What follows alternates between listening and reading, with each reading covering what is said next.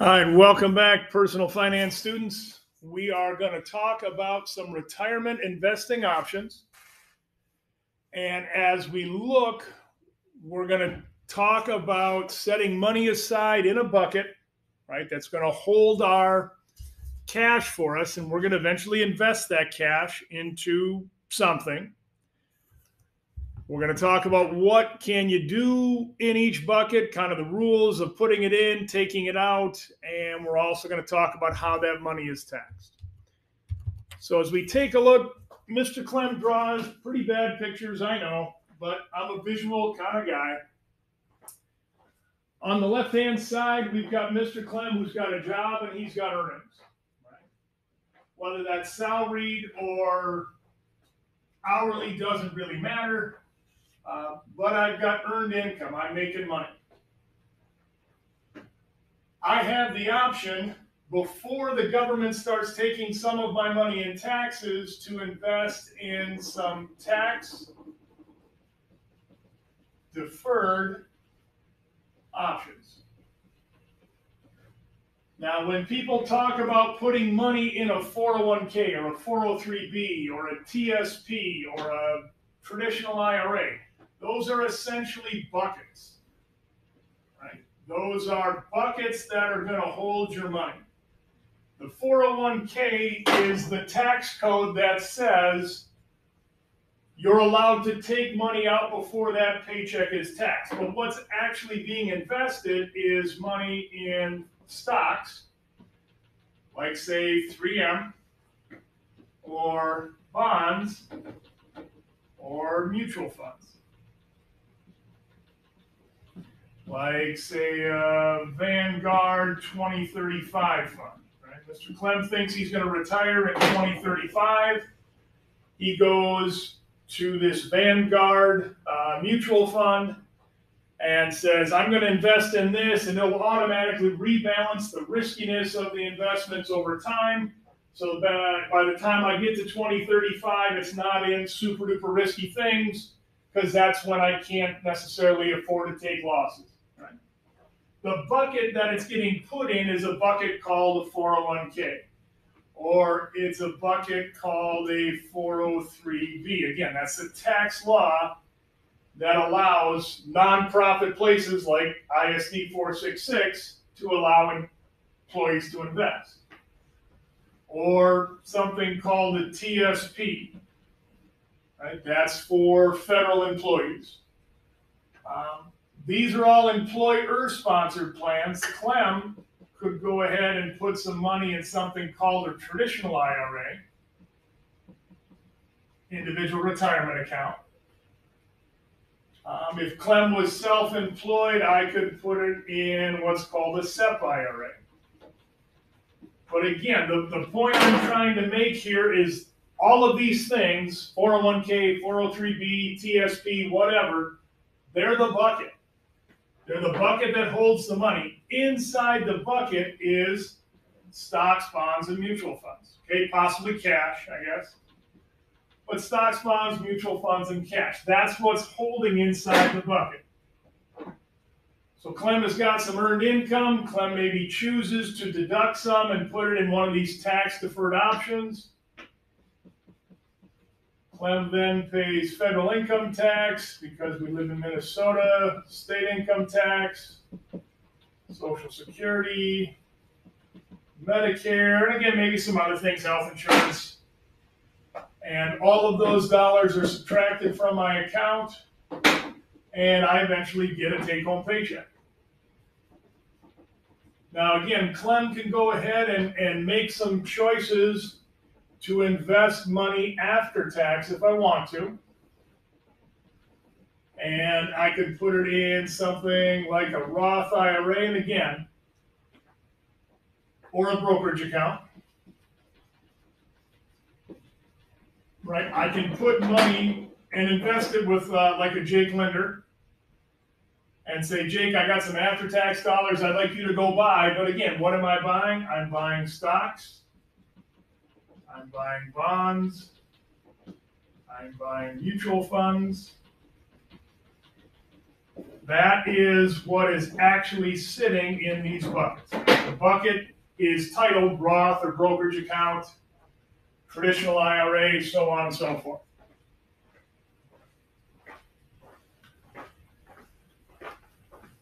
So let's look at a few terms that we're going to need to understand each of these buckets, and then we'll talk about what we can do with those buckets. So we're going to start out with the idea of a defined contribution plan. This is you putting your money in the 401k bucket, in the 403b bucket. This is you putting your money aside. Your other option is something called a defined benefit plan. And this is more like a pension plan, whether that's working for the federal government, like you've been in the military and you put in your 20 years and you meet certain requirements, they will then, create a paycheck for you in retirement like a pension. Social Security is similar to that in a pension. Being a teacher, they also offer a pension. Some other private industries offer pensions. They're nice. They're super expensive from the company standpoint because they're essentially saying you've met certain criteria, whatever that criteria happens to be, putting so many years into a business. And then they say, well, we're going to create a paycheck and we're going to pay you till you die. So because of the unknown of when you're going to die, it can be very, very expensive. A lot of businesses are moving towards these defined contribution plans more than having defined benefit plans. So as we look at some of the employer-sponsored plans, again, these are the buckets that hold your money, and the money inside these buckets are the stocks, the bonds, the cash, the mutual funds. We've got something called a 401k. We got something called a 403b. We got a thrift savings plan or a TSP, and then we got a SEP IRA. There are more. There are tons more, but we're just going to talk about these main four. So as you look at something called a 401k, this is an employer-sponsored retirement plan offered by some companies. Again, they're not required to offer this to employees, but a lot of them do. The 401k part, again, is the tax law that says we're going to allow you to take money out of your paycheck before it is taxed and defer taxes. Doesn't mean you never pay taxes, just means you pay it at a later date. 401ks are set up for for-profit companies. So when I worked at Prudential Life Insurance, they offered a 401k. They said, Clem, you can put a certain amount of your money aside before we tax your paycheck. And as an incentive, we will match some of that money. We'll match 1%. You put one in, we'll put one in. You put two in, we'll match two. I think Prudential at the time matched up to 4. I can't put in 1% and they'll match 4. They'll match it percent by percent up to 4%. So 1 for 1, 2 for 2, 3 for 3, eventually 4 for 4. I can put more in. I think at the time I was putting in 10% of my money. Prudential was matching up to 4%. The company was going to give you a handful of options. Again, the 401k is the bucket. What are you investing in? Stocks, bonds, or mutual funds, and a lot of them are mutual funds. Okay? I would argue most 401ks are offering mutual funds. The money's taken out of your paycheck before your paycheck is taxed. That's why we call it tax deferred. And you're going to be given 5, 8, 10, maybe 15 different mutual funds, different varying levels of risk that you could invest your money in. Some of the catches or the rules, if you will, is you need to leave the money in there until age 59 and a half. And again, this is a government. I don't understand why they put these goofy numbers on, but it's the government. They do weird things. Why not 60, right? Nope, they say age 59 and a half. I'm sure they have a reason. I just don't know what it is. You can put that money in. You can invest it from, day one when they offer it, and you can invest in stocks, bonds, and mutual funds. They will allow you to buy and sell within that account, right? I can buy Vanguard index mutual fund and then change my mind and say, sell the Vanguard index mutual fund and go buy a Vanguard 2035 fund. All of that buying and selling inside the 401k doesn't matter, right? The money was never taxed coming out of my paycheck. So whenever I take it out, it'll be taxed at regular income tax. Any gain I make is going to be taxed at regular income tax, okay? Assuming I play by the rules of leaving it in there till age 59 and a half. If the money is withdrawn before that, something happens, some big medical emergency, and I have to cash out my 401k, I'm going to incur a 10% penalty on the value of the fund, right? So my 401k grows to $100,000. I'm going to incur a 10% penalty or a $10,000 penalty because I didn't play by the rules and I didn't wait till age 59 and a half to access it. I'll end up paying some regular income tax on the money that I put in. And then if those investments grew in value, I would pay some capital gains. We'll do a math sample to kind of work through that scenario of Clem didn't wait till age 59 and a half to draw out his money. Okay. Assuming Clem follows by the rules, after age 59 and a half, I can start pulling money out. But again, I have to pay income tax on it at whatever my regular rate of income tax happens to be. The general idea is you're hoping that you put this money away when you're at a high tax bracket, right? When you're earning decent amounts of money at a high tax bracket, when you start to draw it out in all of it in one chunk or little bits or streams of income or however you want to draw it out, the goal is you're hoping that the tax rate that you're going to be paying is less. If it is, then you're kind of making some winning there. But that's our bucket called 401k. We've got another bucket, and it's a really, really similar bucket. It's a bucket called a 403b. And again, inside this bucket, you're going to buy stocks or bonds or mutual funds. But this bucket is set up for people who work in companies that are nonprofits, public schools, Red Cross, colleges, whatever that happens to be. Everything else is pretty much the same, right? Money's coming out of your paycheck, tax deferred. You got to wait till age 59 and a half before you can withdraw any without any penalty. If you take it out before age 59 and a half, you incur a 10% penalty, you pay regular income tax on the contributions, and you pay a capital gains tax on your profit, right? Or the increased value in the investments you have. So 401k, 403b, really, really similar as far as what they do, how they operate. Again, I could be buying, Vanguard Mutual Fund A or Putnam Mutual Fund A, and then I could change my mind and say, no, I want to buy Putnam Mutual Fund B. And then I say, no, I want to buy Putnam Mutual Fund C. All of those transactions inside the 403b bucket, I don't have to worry about it until I actually take the money out. Next up is a bucket called a Thrift Savings Plan. TSP. This is a retirement investment program for federal employees. So people who work for the post office or people who work for the IRS or people who work as a senator or some kind, if you work in whatever, right? You work for the federal government, they will set up a tax deferred investment option, kind of like a 401k, but it's called a different thing. These are defined contributions, offers federal employees to do pretty much the same thing as private sector people. And they're going to closely resemble 401ks. Again, you can buy, sell inside of these TSPs. You can change your investment options as you go. And there's no tax consequence to you while you're contributing, while you're waiting to turn age 59 and a half. Same penalties if you take it out before age 59 and a half.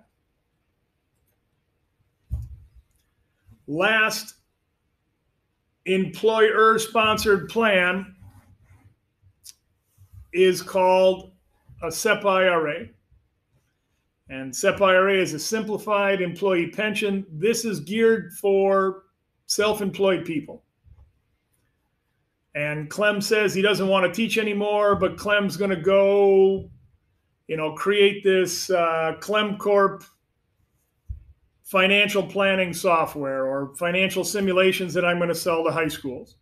And that's going to be my job now, right? Well, if I'm a self-employed person, it would be pretty expensive for me to set up a 401k or a 403b for just one or two people, right? Maybe there's 3 people working in my office. I may set up a SEP IRA, which is for me. Okay, it's going to be similar to a 401k in the fact that I take money out of a paycheck before the paycheck is taxed. Still got to follow the 59.5 rules and 10% penalty and all of that. But because I'm a self-employed person, I can put a lot more money in. I can put up to $66,000 away per year in a SEP IRA. That's a lot. Okay. If I go look at some of our other limits here, limit on a 401k is about $22,000 a year. If I get 24 paychecks a year, that's about $937.50. That's a lot of money, right? That putting almost $950 away in retirement money, that's a ton. If and when you get to be age 50 or older, they allow you to pay more. They say, well, if you're getting older, you're getting pretty close. Maybe you didn't start right away. We're going to let you put more money in. And that could be up to $30,000 on a yearly basis. That's like $1,250 a paycheck. Again, that's a boatload of money to put away. But some people have the ability to do it.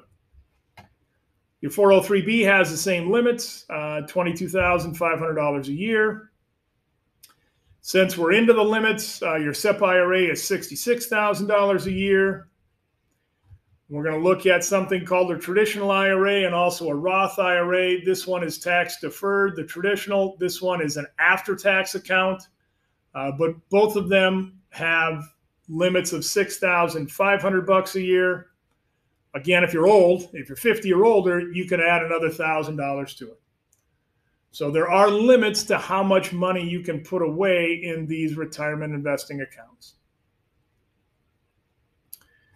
So we've talked about employer-sponsored plans. Now what about individual plans, right? Individual retirement accounts. Our first one here is called a traditional IRA, individual retirement account.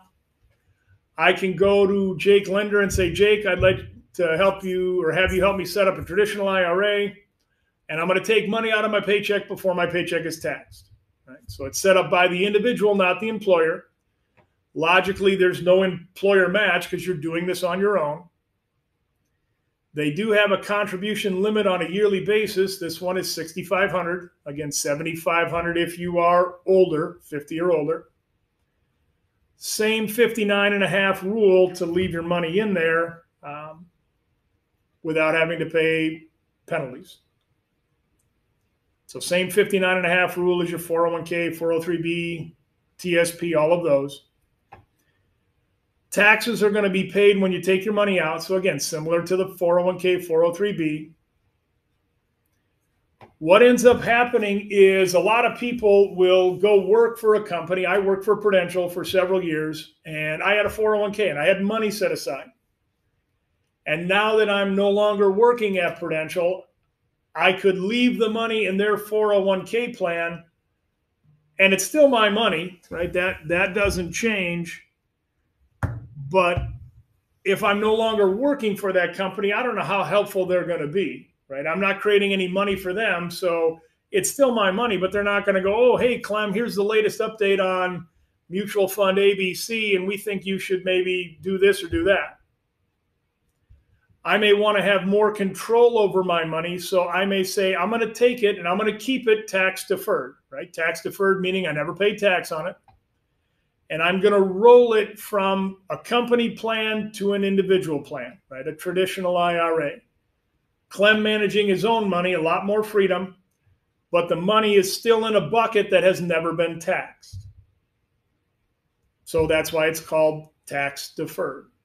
When I start taking that money out after age 59 and a half, I'll have to pay regular income tax on it. Again, the goal being hopefully I'm in a lower tax bracket and retired because I'm not working and I'm not making regular income. These are all tax deferred options. Our next one, our next bucket, if you will, is called a Roth IRA. And our Roth IRA is hugely popular. It is an individual retirement plan. It's set up by you, the individual. So again, there's no employer match. But here's the catch, is you take after-tax money, right? So we come back here and we say we're taking after-tax money here and we're putting it in this Roth IRA. When we do that, that money will grow. And as long as I wait till age 59 and a half, and as long as I've had the account open for 5 years, every dollar of contribution, every dollar of investment return is all tax-free. Hugely popular option. We're going to take a break and we'll move on to some new ideas.